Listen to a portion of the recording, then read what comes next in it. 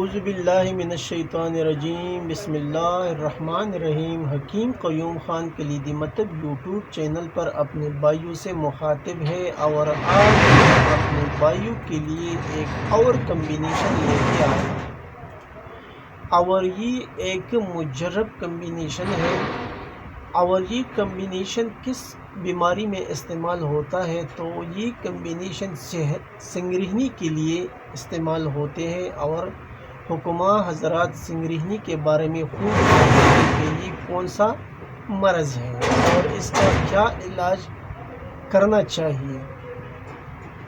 تو ابھی اس کے لیے جو کمبینیشن آپ کو درکار ہوگی، یہ کمبینیشن اجمل والوں کا آتا ہے اور آپ اس سے کسی بھی پنسار یا حکیم کے مطلب سے آسانی کے ساتھ حاصل کر سکتے ہیں۔ تو اب میں آتا ہوں اس کمبینیشن کی جانب۔ اس میں آپ کو کیا چیزیں درکار ہے اور اس کا جو استعمال ہے وہ بھی آپ نوٹ کر لیں۔ اس میں آپ کو لینا ہے ایک گولی اور گولی کا نام ہوتا ہے بسنت مالتی۔ بسنت مالتی یہ میں تمبنیل پر بھی لکھوں گا تو آپ کو کوئی مسئلہ نہیں رہے گا۔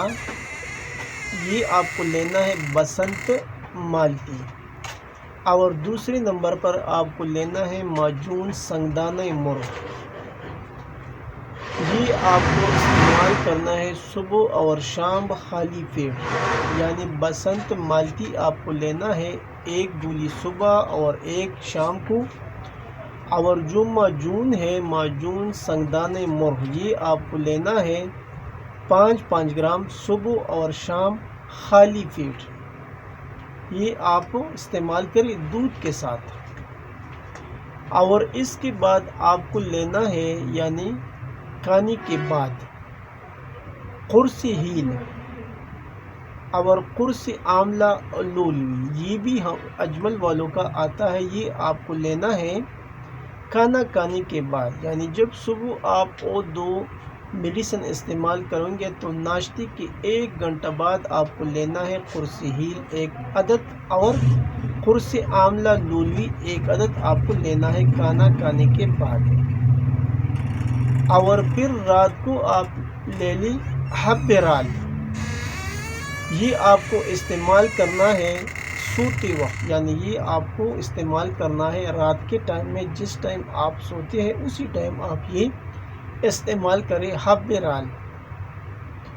تو یہ ایک آسان سا کمبینیشن تھا جو میں نے اپنے بھائیوں کے ساتھ شیئر کیا۔ اور یہ جو سنگرہنی کا مرض ہے یہ بہت مشکل اور خطرناک مرض بھی ہو سکتا ہے اگر اس کا بروقت علاج نہ کیا جائے، کیونکہ یہ سنگرہنی کا ایسا مرض ہے جو ساتھ ساتھ چلتا ہے اور یہ آسانی سے ٹھیک نہیں ہوتا۔